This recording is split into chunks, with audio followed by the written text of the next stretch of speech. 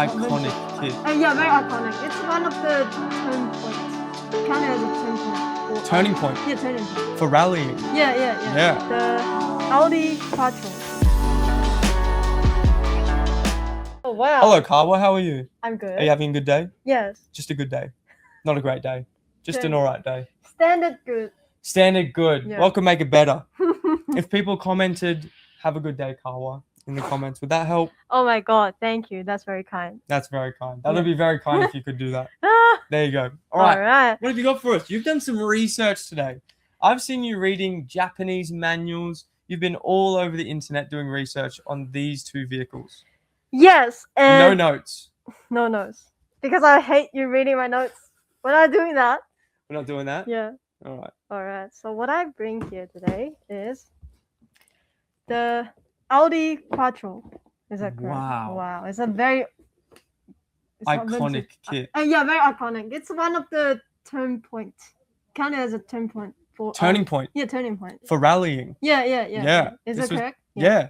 It was part of the rally era. Oh, when okay. people were they were making rally cars, and this was absolutely revolutionary. Oh. Yeah, the way that they set this car up to drive. Yeah. It wasn't banned, but it was frowned upon. I'm pretty sure because it was just so good. Oh, okay. Yeah, they were like, Fair they can't enough. be doing this. They can't be tuning their cars like this. Oh, But with all wow. rally cars, they had to sell them stock. So this is the stock version. This is what you could drive on the street like. Drive this on the guy. street. Yeah. So what did you find out about this? Oh wow. So it's a 40 years old mold. Yeah. Yeah, right? It came out when they produced the car. Yeah. So this is a reprint, I believe. They used as the same mold as the first release. Yeah. But according to the comments and reviews I see, seems the molding is still sharp. Yeah. So it's pretty good. Yeah.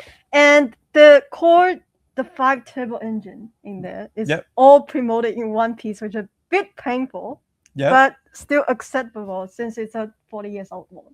You can't counting on that much. Yeah. Right? Yeah. And I think it's on from the underside that you see it, right? Yeah. You don't see it the boot. Is it the bonnet or the boot? I'm pretty sure it's the bonnet. You don't see it. Yeah, it was. Yeah. It's not. Yeah. It's hiding in there. So hiding. So yeah, and I believe the front engine, how's it called, cover or something? Yeah, the bonnet. Yeah, can be open. So all the interiors it's very basic. Yeah, very basic. So you're gonna do a lot of efforts if you want to display as an open front. As a bonnet open. Yes. Is there a photo? They don't even. Here you go. Yeah. Over here. Yeah. You can see on the side. Yeah. So your engine bay in here. Yeah. It's all just a single part for the engine block, right? Yeah, right. Yes. Okay. And they said it was lacking a little bit of detail. Yes. Yeah. But for something that is 40 years old. Yeah. They've done pretty well. Still very impressive. Yeah, and a lot of these kits as well, when you get the engines, you're usually adding all the spark plug leads, all the engine wiring. You're redoing a lot of that anyway. So some are better than others. Like if you get their Porsche GT3, it's going to be beautiful. But at the same time, you still have to do all that stuff to it as well. Oh, okay. Bang. And another thing is, you see the patterns on the seats, right? They're decals. Yes, they're decals. They're decals. I see someone doing that, they just paint them in semi-gloss black as a leather. As the leather, yeah. Yeah, as a leather, yeah. Instead, which is pretty smart. And I saw a guy was spraying this, he primed the black, and then he's sanding with the 800 grit, sanding all the black off because this one is pre-molded in white. The body, right? Yeah. So he sand all the black off until you see the white base color of the model itself, and then he just thinly spray the white paint as a coat. Okay. And then he spray another time, so it fully covered all the slightly black. Yeah. He's sanding before, so it's all the base coat is the paint itself. Yeah. Yeah, that's a pretty fresh. I haven't seen that technique done before. Yeah. Sanding it back to do the panel line type thing. Yeah. With the shadows. Yeah. Interesting. Yeah. I don't think I'd go that far. You go that far? I wouldn't go that far. You wouldn't. No. Yeah. Nice. So would you recommend this kit? This is officially recommended by Tamiya. It's the oldest kit. There's a list from Tamiya. They list a bunch of things, and this is the oldest kit they recommend. Wow. Yeah. There you go. So not only does Kawa recommend it, but Tamiya recommends it. Yeah. I guess it's recommending to the like intermediate to the like upper skill level modelers if you want to challenge something. Like, Wow. This is a good one to work on it. Like, yeah. Beautiful. Yeah. So we've touched on the Audi Quattro. Yeah. Very nice. And you can also get the rally version of this by Hasegawa. Oh yes. Hasegawa has a Yeah, they have the actual race versions. So you can do both if you want in the same scale. Interesting. Nice. Yeah. All right, what else you got? Okay. And this one Leopard 2 A7V. This is the newest kit from the official recommended list. Yeah.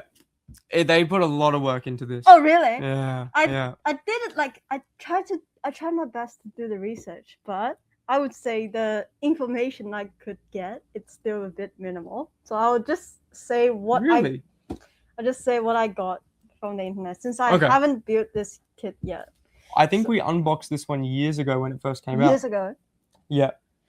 So let's see what you know. Yeah. So they're using the snap fit for the tracks, which trying to make us feel less painful when we build the tracks. But I mean, like for the Western builders I see online, like they're not that happy with that because it's not too stable. Yeah. So it's like the opinion towards that is very like, mixed. Yeah, mixed. Yeah, mixed opinions. Yeah, mixed opinions. Yeah. And so shut up, all you people with mixed opinions. They're good. It's better than rubber tracks. Take what you can get, or go and spend $100 on full model tracks. Oh wow. I'm just joking. Or am I? I am. All right, what do we got? They also canceled the rear, the skirt on the side. They canceled it. Like compares to the A6. Leopard A6, isn't it? It's very similar because the skirting is essentially this stuff here. Yeah. So I built the A6. Yeah. And I don't remember. Are you saying that it's all pre-molded in there? No, it's like it's not in there, like because I know some of the people prefer the skirt at the side, you know. Maybe it's the extension of. I honestly don't know what they're talking about. Because all of this is anti. Yeah, there you go. It's the best tank in the world, the Leopard A2. Oh wow! I reckon. Yeah. I reckon the Aussie Abrams is pretty good as well. But it has all of this armor on the side here to basically absorb around that it gets shot. At it. Yeah. But I'm not sure, and I'm not sure about the extra add-on armor. Yeah. But the one official extra armor is about the gun barrel, but you need to buy it separately, I believe. Yes. There's a metal gun barrel you can get separately. Yes. And it comes with the photo-etched for the grill cover, right? On the side, it actually comes in the kit. Oh, yeah. Yeah, photo-etched, you get all the grills. Which is good. Yeah. Yeah. Yeah, that's what I know for this kit. I wonder what's the difference between the A6 and A7, honestly. Like Heaps. This is an insanely better kit. The A6 and the actual model of the whole front portion of the vehicle is completely different. The turret is in a similar configuration, but they deleted a lot of the, like it was all kind of compressed down. There's a lot. They had different stowage compartments on the rear as well of the A6.